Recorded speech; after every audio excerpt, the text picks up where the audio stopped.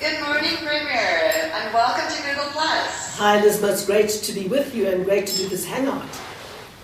Thank you very much. I'm actually talking to you from our Google offices here in South Africa. And we've just been celebrating 1 year of Google+, and it's always encouraging for us to see the early adopters who come on and use the platform in new ways. We also have a few guests with us today. These are people from the public who'd like the opportunity to be able to talk to you face-to-face and ask you some questions. Great, I look forward to talking to guys, them. I think you maybe want to introduce yourselves. Shall we start with Colleen? Hi, Premier Zille. Hi, Colleen. I'm Colleen. I'm here in Cape Town. I work for a travel company. I'm a product manager for an inbound travel company. And I'm delighted to meet you. It's really awesome. I'm delighted to meet you, Colleen. Hello, Elizma. My name is Diana. I'm a student at the University of Cape Town doing honours in African Studies. Great, lovely to meet you, Diana. Thanks. Hey, so I'm Jax. I'm a social media relations manager at a PR company called Forward here in Cape Town. And I live like 100 meters from you. Lucky you. I don't live there permanently. Maybe you do. Great, Jax. Nice to meet you. And Kirsten. Good morning, Premier Zille. My name is Kirsten and I'm studying at the University of Cape Town. I'm doing a Bachelor of Business Science and I also work part-time for a tech hub company. That's great. I can hear you working on a construction site. I can hear that. You're working on a construction site, Kirsten. I'm afraid I also have to work every day on a construction site, so I know how difficult it is.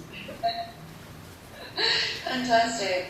Well, Premier, I thought it would be good just to start hearing your thoughts on social media. We've seen your party, the BA, as well as yourself, very active on various social networks. And that's really encouraging. And I was wondering if you could share some thoughts with us on how social networking helps you in your job to connect with the community that matters to you.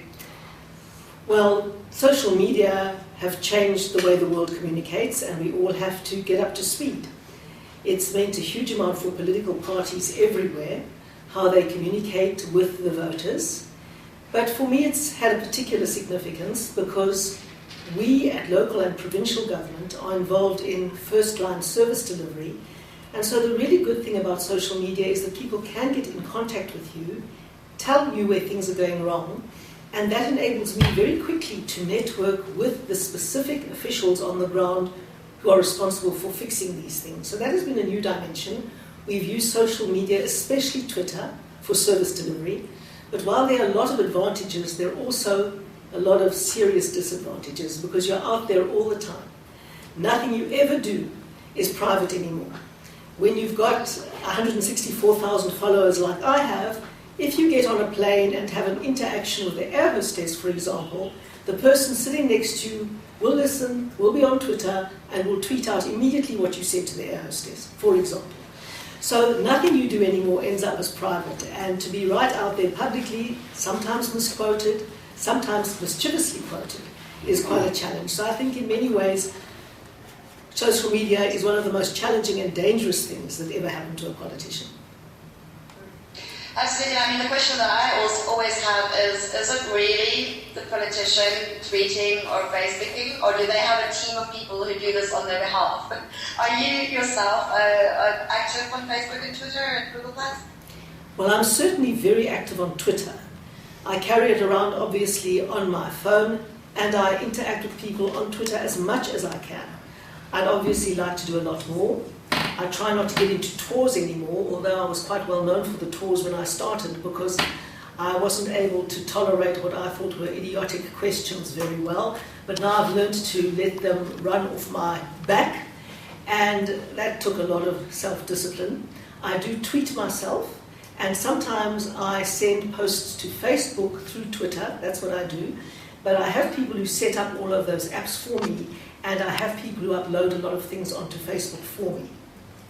Right, and now hopefully adding Google+. Fantastic. So Caroline, do you have a question for the Premier? Yeah, I do. Premier Zille, myself and my husband recently moved to Cape Town from Stellenbosch, and every day I'm just so grateful to live in this beautiful city. It is beautiful. And I just get a feeling that everything works so well like it should be. And I get a great sense of community when I walk down the street, and I feel that us as Cape Townians are actually, it's a big community. And I see that Cape Town is actually quite ahead of the pack, ahead of Joburg, Durban, Bloemfontein, all the rest of the cities. And I'm just wondering, what are you dreaming for Cape Town for the future? Do you think that it will become like the New York of Africa, the London of Africa? I just want to hear your thoughts of where Cape Town is heading. Well, seeing as we're talking about social media and ICTs, I'd like it to be the ICT capital of Africa. We're already rolling out broadband across the entire province, and soon Khayelitsha and Mitchell's Plain will be the very biggest, and I don't even know what the term is, but it is a network base that in fact can communicate between all the buildings and all the schools. It'll be the very biggest footprint of that in the world. I've still got to learn the terminology for all this fantastic technology that we're rolling out. All I know is that I take advice from the nerds who really understand what this is about. Most of them look to me as if they're about 16 to 25 years old. They're really clued up, they're on the cutting edge of the issues, and they advise me, and I usually take their advice. So we are really focusing on being the ICT capital of Africa. We've got a wonderful initiative called Silicon Cape, with a whole lot of young entrepreneurs producing new apps and doing it right here in South Africa. And I hope to continue the pioneering work we're doing in establishing democracy, in ensuring diversity, ensuring celebration of different cultures, different backgrounds in this most cosmopolitan city of Cape Town. And that's fantastic, and I think Kirsten there works, like she said, for a tech incubator, and there's some hope, I know, from both Silicon Cape and from Mono that Cape Town could become like, the next Silicon Valley right here in Africa. Kirsten, do you have a question for Brenda? Yes, I do. Sorry about the construction site. Yeah. Makes me feel right at home. It makes me feel right at home, Kirsten. Good. Just, you touched on technology and entrepreneurship, and I'd just like to know, we, with Cape Town winning the World Design Capital for 2014 and being a real city of the future, I was wondering how you feel about opening up the wealth of information that the city of Cape Town must have, the wealth of data, to hand over projects to entrepreneurs and the private sector to improve, facilities in the city and just various projects which may have previously been run or are being run by the city. Have you got a specific project in mind, Kirsten? Then I'll be able to answer more specifically if you give me a particular project that you may have in mind.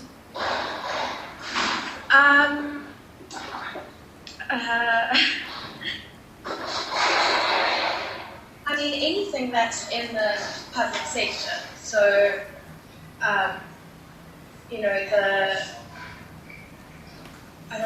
anything from schooling to public facilities to internet, penetration. Right, well, let me say that I'm all in favour of as much transparency as possible. And certainly public data should be in the public domain and should be the basis for a lot of interaction and a lot of empowerment, and creates a context for entrepreneurship, for people seeing possibilities in doing something new with that data. Obviously, some data in government has to be confidential. Databases are particularly complex because people have their information on a database and don't want it to be spread around all over the place and get very understandably concerned when their private data gets out. Equally, there are some things, for example, internal audit committee reports that criticize very strongly internal government departments would never be that honest and would never be that tough if they knew that every single report they ever wrote would get into the public domain. So these things are very sensitive, one has to manage them very carefully, but in terms of the public interest and in terms of information that is important to the public interest and data that can be used to improve society, absolutely, that should be right out there. Okay, great, thank you. Yeah, that's very good to hear, and I think we're all very lucky to be part of such a wonderful city that works so well, and with people like you who really have the public interest at heart. So thank you. Well, we've got a long way to go in the city. We've just started, hopefully, trying to make a difference. There's a long, long way to go to get to a city that I feel happy and content is really dealing with the concerns of all our people and becoming an inclusive city. That obviously has to be the major challenge, an inclusive city where everyone feels that they can live a life they value, where everyone has real opportunities. That's the goal, and that's what we're working towards. Well, I think, that's truly wonderful to hear, and we are very lucky to have people like you on board. So. There are lots and lots of people working towards the same vision. Thanks very much, Kirsten. Well, my questions are not as in-depth as everyone else. Mine is a very broad one. Good, you're welcome. What is your proudest moment or achievement today?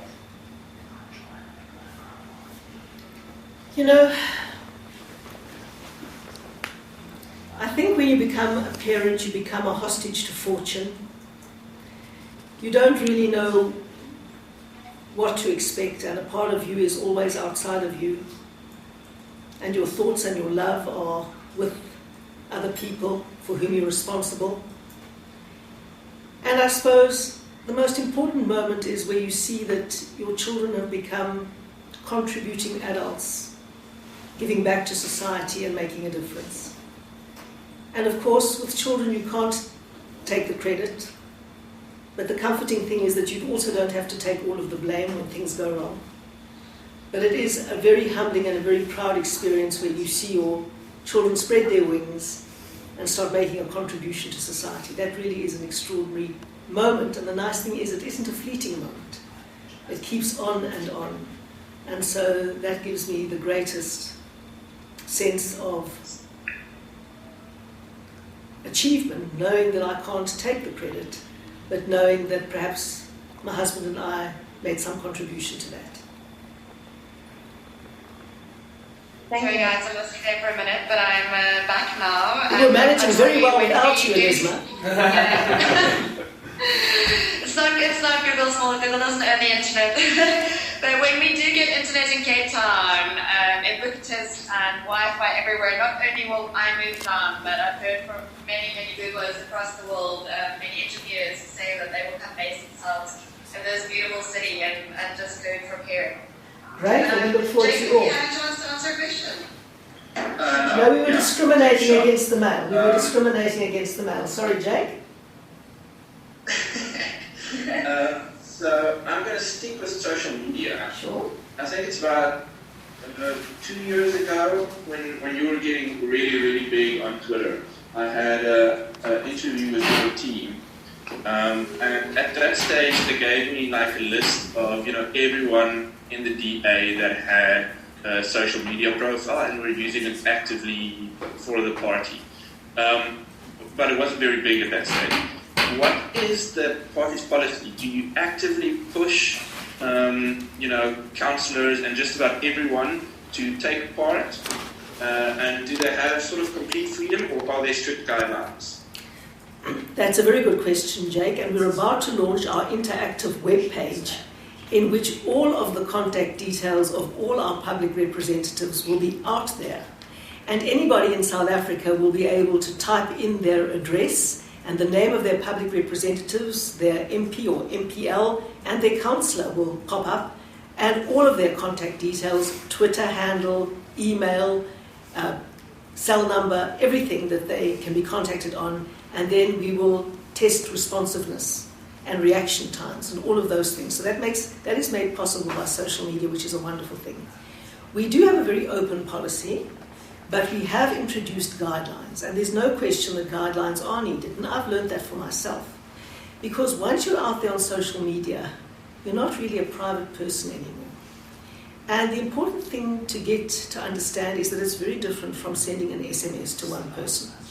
You send the same message to thousands of people, who then on-send it to thousands more, and that's what the term going viral means.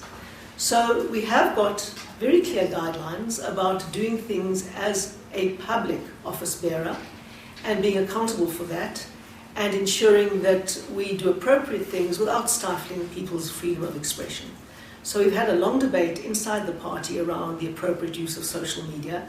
I have also got into big trouble before on my Twitter feed and various other things, so that lesson was absolutely applicable to me. And it's good, you learn.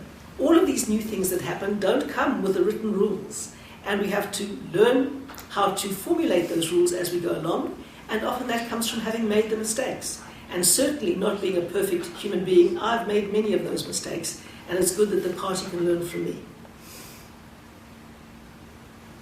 It's a fascinating field. We were discussing this yesterday actually with the media and how they can use various tools in their reporting. And something that we were talking about is in Kenya, where they put the budget on a Google Docs, in the cloud, so that anyone who wanted to could start editing and making suggestions and commenting on how they would like to see it. And I just think there's sort of amazing examples from other parts of the world where people are doing this, and sometimes maybe I feel that South Africa and our leadership here are a little bit behind on that.